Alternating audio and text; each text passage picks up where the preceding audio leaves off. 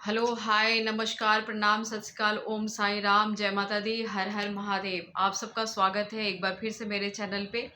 अगर मेरे चैनल पे नए हैं तो चैनल को सब्सक्राइब करें। डॉक्टर नीतू सिंह चैनल को आप लोग ज़रूर सब्सक्राइब करें। और आपको मेरी वीडियोस कैसे लगते हैं ये कमेंट्स बॉक्स में आके आप लोग ज़रूर बताएं। कोई नई वीडियो आप लोगों को चाहिए तो वो भी आप मुझे ज़रूर सजेशन में बताएं।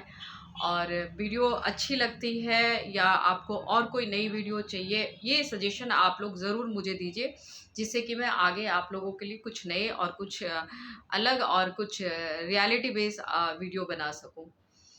जैसा कि मैं डिप्रेशन के बारे में ही मैं बात कर रही हूँ और डिप्रेशन के ही वीडियो आ रहे हैं, क्योंकि डिप्रेशन एक ऐसी बीमारी है जिसमें हमें समाज में एक जागरूकता लाना बहुत ज़रूरी है। समाज है, आपका परिवार है, आपके इर्द गिर्द के लोग हैं, उन लोगों में कि आखिर डिप्रेशन क्या है। क्योंकि लोग डिप्रेशन को बीमारी नहीं मानते हैं, जो मैं हमेशा कहते आई हूँ। कुछ शुरुआत के टाइम में लोग उन लक्षणों को पहचानते नहीं है, सोचते हैं कि ये नॉर्मल, शायद नॉर्मल की दिनचर्या है और नॉर्मल के दिनचर्या में कुछ उतार चढ़ाव हो जाते हैं, ऐसे लक्षण हैं।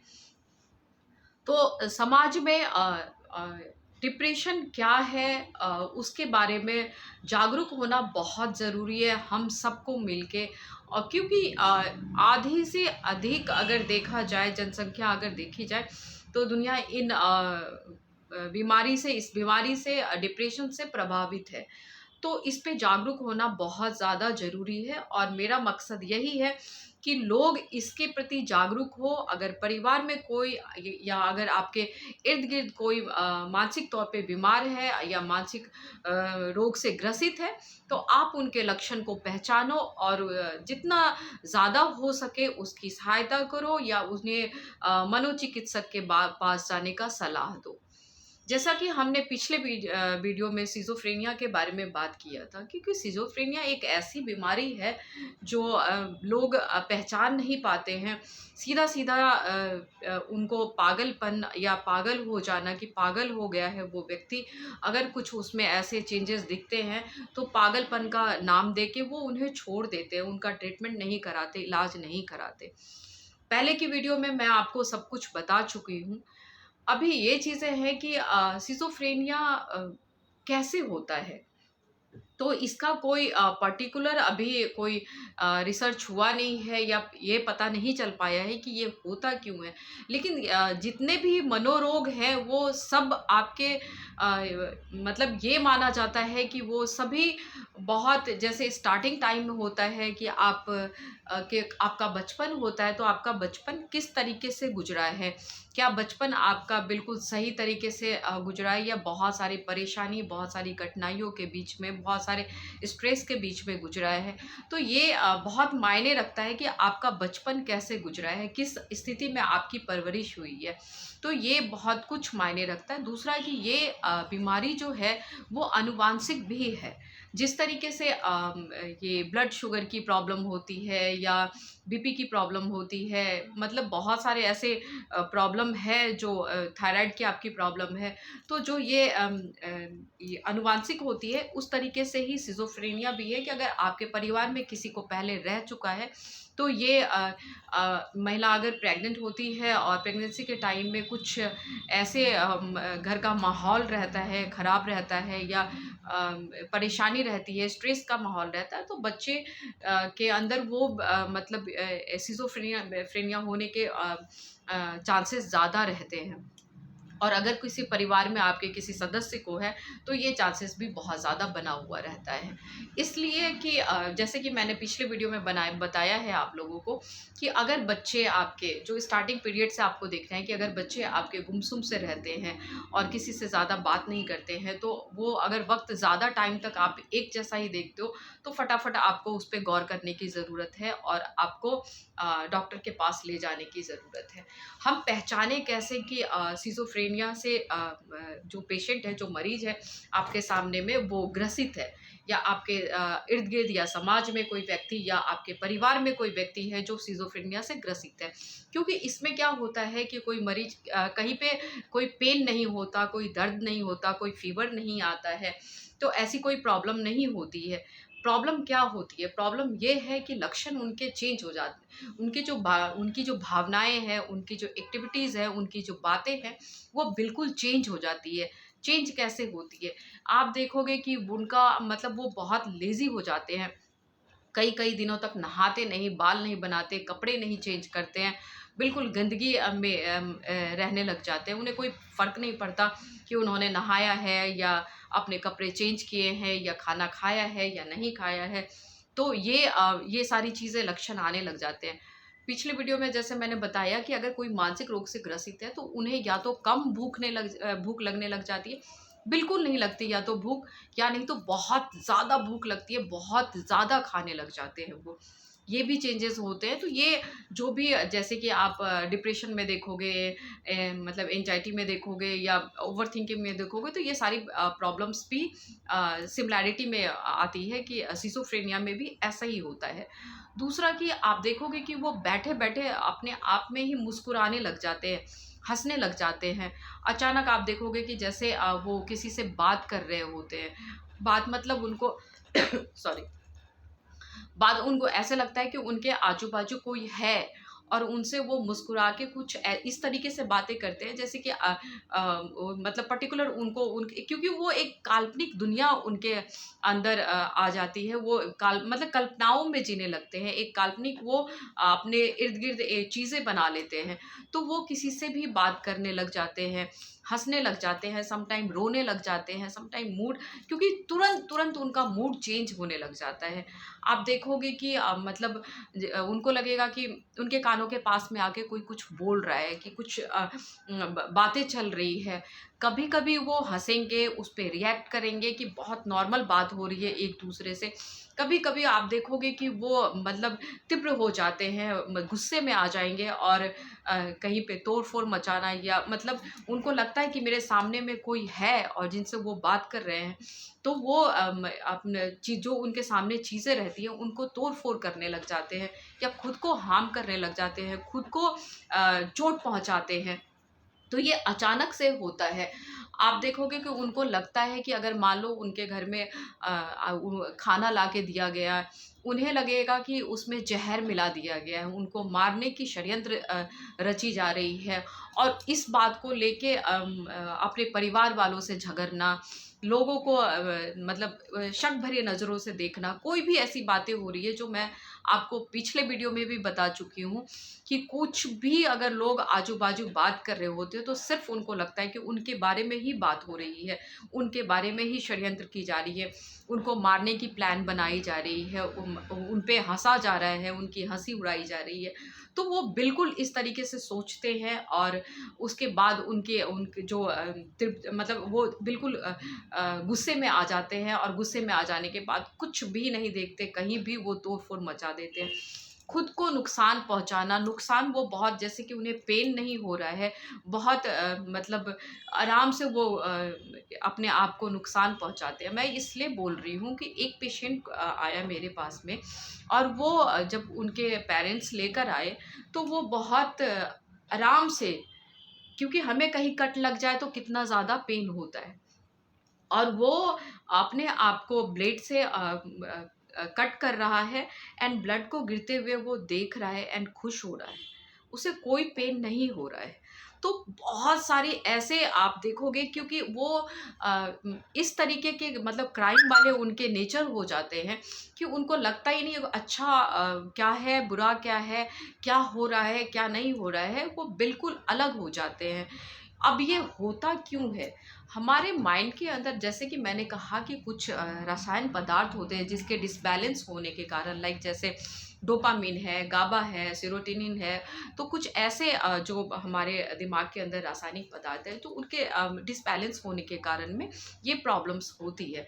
दूसरा, जैसे मैं बताई हूँ आपको कि पहले से जैसे प्रेगनेंसी के टाइम में कोई प्रॉब्लम हो रही है, कि अगर महिला प्रेग्नेंट है और बहुत सारी प्रॉब्लम उनके सामने में आ रही है और वो सोच रही है, वो थिंक कर रही है और वो डिप्रेशन में है, या वो बहुत ज़्यादा स्ट्रेस में है और बहुत ज़्यादा ओवरथिंकिंग में है, तो वो सीधा-सीधा बच्चे पे असर होता है। तो ऐसे बच्चे में ये सिज़ोफ्रेनिया की बीमारी देखी जाती है। तीसरा कि अगर आप बहुत ज़्यादा सोचने वाले हो, बहुत जल्दी-जल्दी आप अपने आप को ऊपर मुकाम पे पहुँचाना चाहते हो, एक साथ आप 1 नहीं 10 काम करने की सोच रहे हो कि एक के बाद एक जिस तरीके से स्टेप बाय स्टेप होता है काम करने का, एक नॉर्मल इंसान सोचता है कि अभी एक काम पूरा करें तो हम दूसरा करें। बट इनमें क्या होता है कि वो एक के बाद एक सब कुछ एक साथ उनके दिमाग में चल रहा होता है। लाइक खिचड़ी पकनी जैसे उस तरीके से, और बहुत जल्दी वो कामयाबी हासिल करना चाहते हैं, या बहुत जल्दी वो जो उनके दिमाग में चल रहा होता है वो कि ये होगा या ये होना ही चाहिए, और जब ये नहीं होता है तो जाके ये इस बीमारी से भी ग्रसित हो जाते हैं।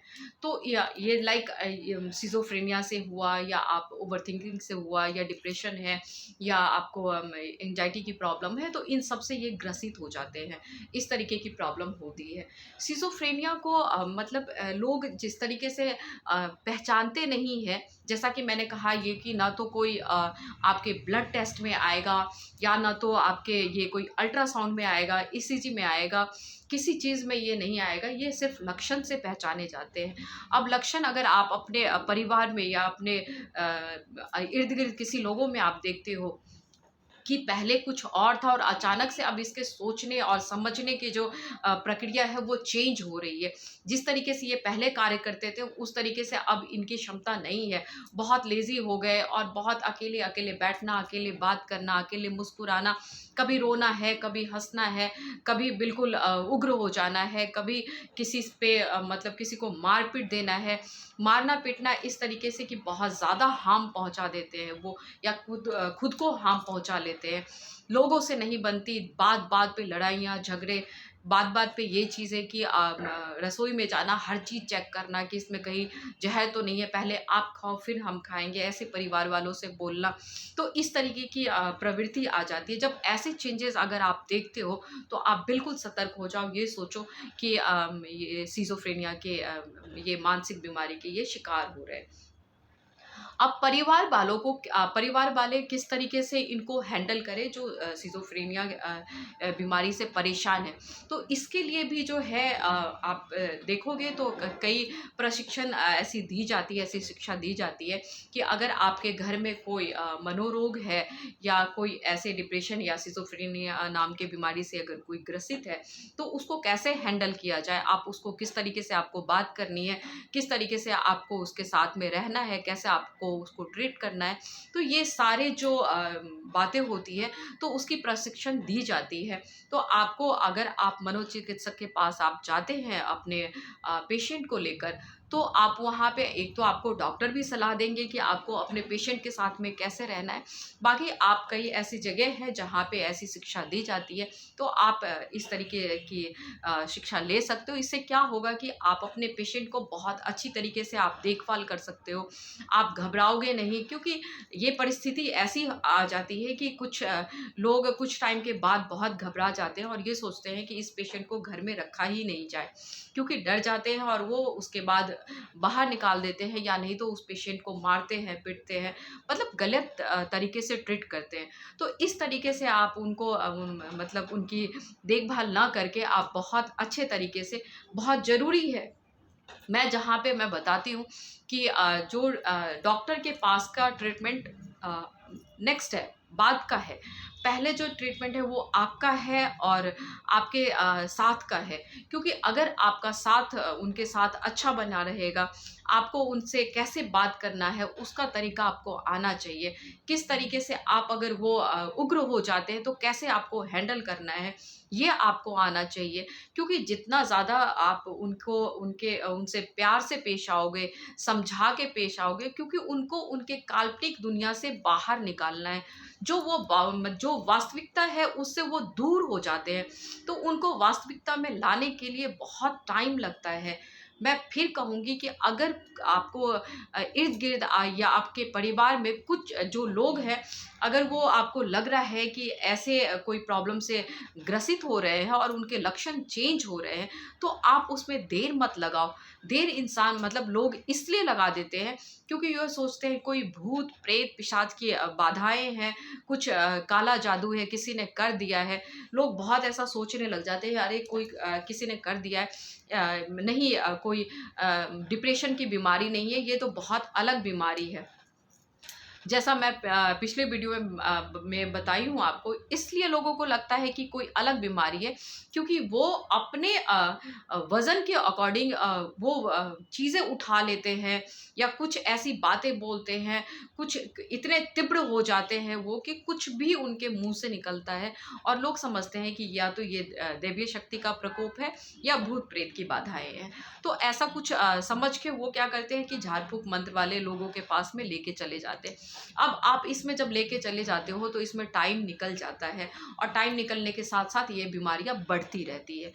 तो ज़रूरी है कि आप इस बीमारी को, इस लक्षण को, इसके कारण को आप जानो और बिना वक़्त ज़ाया किए हुए आप उनको डॉक्टर के पास में लेके जाओ, क्योंकि ऐसी बीमारी का इलाज अगेन मैं बोलूँगी कि सिर्फ़ मनोचिकित्सक के पास में है।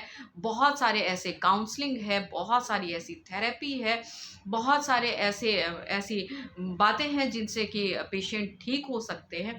ये झाड़-फूँक करवाने में आपका वक़्त ज़ाया होगा, पेशेंट और ज़्यादा इस प्रॉब्लम से ग्रसित होता रहेगा।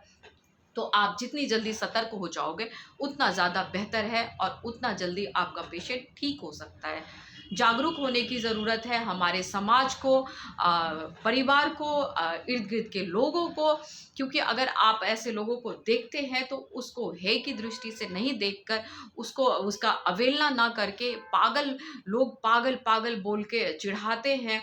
आके मतलब इस कोई भी बैठा है क्योंकि वो आपस में अपने आप से बात करता रहता है। लोग कहते हैं देखो पागल बैठा हुआ है। प्लीज़ ऐसा ना करके आप कोशिश करें कि उनका मतलब साथ दें, उनसे प्यार से बातें करें, उन्हें समझाएँ और उनके काल्पनिक दुनिया से, उनके जो माइंड में, उनके जो मस्तिष्क में कुछ डिसबैलेंस हो गया है, उसको ठीक करने की कोशिश करें। क्योंकि सिज़ोफ्रेनिया एक इतनी भयानक बीमारी है कि अगर इसका इलाज बहुत टाइम के बाद में करवाया जाए, तो बहुत कम ठीक होने की संभावना होती है। ठीक हो जाती है 2% 3% ऐसे ठीक हो जाता है, बट कहीं न कहीं कुछ रह जाता है और कई लोगों को मतलब पूरे टाइम जब तक ये कि वो जीवित है तब तक के लिए उनको दवाइयाँ खानी पड़ती है, उनको ट्रीटमेंट लेना पड़ता है, उनको काउंसलिंग लेना पड़ता है, उनको थेरेपी लेना होता है। तो अगर आपको लगता है कि आपके इर्द-गिर्द किसी को ऐसे लक्षण हैं, ऐसी बातें हैं, तो मतलब मेरा एक अभी एक तरह से एक आप सोचो तो डिप्रेशन के प्रति या मानसिक रोग के प्रति जागरूक करने का एक अभियान ही आप लोग समझो, क्योंकि मेरे अभी वीडियो सिर्फ़ डिप्रेशन के लिए ही आएँगे, मानसिक रोग से ग्रसित लोगों के लिए ही आएँगे। और आप जो स्वस्थ हैं, जो मानसिक रूप से आप स्वस्थ हो, तो आप लोगों को जागरूक होने की ज़रूरत है और जो इस बीमारी से ग्रसित है, उनका इलाज करवाने का, उनका साथ देने का, उनको प्यार से रखने का और उनका सहयोग देने का आपका राइट बनता है। आप ज़रूर साथ दो और आप जागरूक हो और जागरूकता आप फैलाओ। आप बताओ अपने इर्द-गिर्द में बहुत सारे ऐसे चीज़ें होती हैं। मान लो कई ऐसे जैसे मेरी वीडियोज़ आती है वैसे कई वीडियोज़ आते हैं, कई नुक्कड़ नाटक होते हैं, कई कैंप लगाई जाती है, कई सारे ऐसे बातें होते हैं जिसमें जागरूक किया जाता है, बताया जाता है कि आखिर लक्षण क्या है, कारण क्या है, उपाय क्या है, क्या ट्रीटमेंट किया जाए, किस तरीके से पेशेंट के साथ में आपको व्यवहार रखना है, किस तरीके से आपको पेशेंट को हैंडल करना है, वो सारी बातें बताई जाती है, सिखाई जाती है। तो प्लीज़ आप इन सब बातों का नॉलेज रखिए और अपने पेशेंट का और अपने इर्द-गिर्द में किसी भी लोगों को आप देखते हैं कि इस रोग से ग्रसित है, तो उसका साथ दीजिए, उनका सहयोग दीजिए। उम्मीद है आप लोगों को मेरी वीडियो पसंद आती होगी। अगर आपको मेरी वीडियो पसंद आती है तो प्लीज़ लाइक, शेयर और सब्सक्राइब ज़रूर करें, कमेंट्स ज़रूर करें। आपके कमेंट्स का मुझे इंतज़ार रहता है, क्योंकि कमेंट्स आप लोगों के मिलते हैं, उस कमेंट्स में आप लोगों को मुझसे कुछ पूछना है, आपको कुछ जानना है तो प्लीज़ आप लोग पूछ सकते हो, आप लोग जान सकते हो। काउंसलिंग के लिए मैं कोशिश करूँगी कि वीडियोज़ के साथ-साथ मैं आप लोगों के साथ, क्योंकि पहले मेरे 1000 से ऊपर सब्सक्राइब बढ़ जाएँ, आप लोग सब्सक्राइब करिए वीडियोस को, क्योंकि ये आपके हेल्थ से रिलेटेड है, आपकी ज़िंदगी से रिलेटेड है। क्योंकि आप ऐसे वीडियोस और मतलब जो आपके काम की नहीं होती है वो आप लोग बहुत देखते हो। जो काम की वीडियो है उनको आप लोग देखो, क्योंकि अगर ज़िंदगी है तो सब कुछ है। अगर हम स्वस्थ हैं, हमारी मानसिक स्थिति में हमारा अगर मेंटल हेल्थ अगर ठीक है तो सब कुछ है। अगर हमारा मेंटल हेल्थ ही डिसबैलेंस हो गया तो फिर हम कुछ भी करने के लायक, कुछ भी करने के काबिल नहीं रहते हैं। तो अपने मेंटल हेल्थ का ध्यान रखिए, अपने इर्द गिर्द में जो लोग हैं उनका भी ध्यान रखिए, और जितना ज़्यादा हो तो जागरूक करवाइए लोगों को। हंसते रहिए, मुस्कुराते रहिए, ज़िंदगी को जिंदा दिल से जीते रहिए, एक दूसरे का साथ दीजिए। एक दूसरे का साथ देना अभी के टाइम में बहुत ज़रूरी है। ये मत सोचो कि कौन क्या कह रहा है, कितना सच है कितना झूठ है। अगर कोई कहता है कि वो परेशान है तो प्लीज़ आप समझो उसकी परेशानी, जैसे भी हो, आपको जिस भी तरीके से हो, आपका बातचीत से या जैसे भी आप उसका सहारा बन सकते हो तो ज़रूर बनो। क्योंकि ये ज़िंदगी बहुत छोटी सी है, और छोटी सी ज़िंदगी में बहुत से अच्छे कार्य करके आपको यहाँ से जाना है। एक अपने कर्मास जो है वो बहुत अच्छे, कहते हैं एक अच्छे अकाउंट मेंटेन करिए, अच्छे अच्छे कार्य करके। तो ज़िंदगी इसी का नाम है, इसी तरीके से जीते रहिए, एक दूसरे का साथ देते रहिए, हंसते मुस्कुराते इस ज़िंदगी को जीना है। और इसी तरीके से मेरा वीडियो देखते रहिए। वीडियो कैसा लगता है ज़रूर बताइए। तब तक के लिए मुझे दीजिए इजाज़त। हर हर महादेव, जय शिव शंकर, ओम नमः शिवाय। मिलते हैं अगली वीडियो में हंसते मुस्कुराते ऐसे ही सेहत के बारे में बात करते हुए। तब तक के लिए बाय बाय।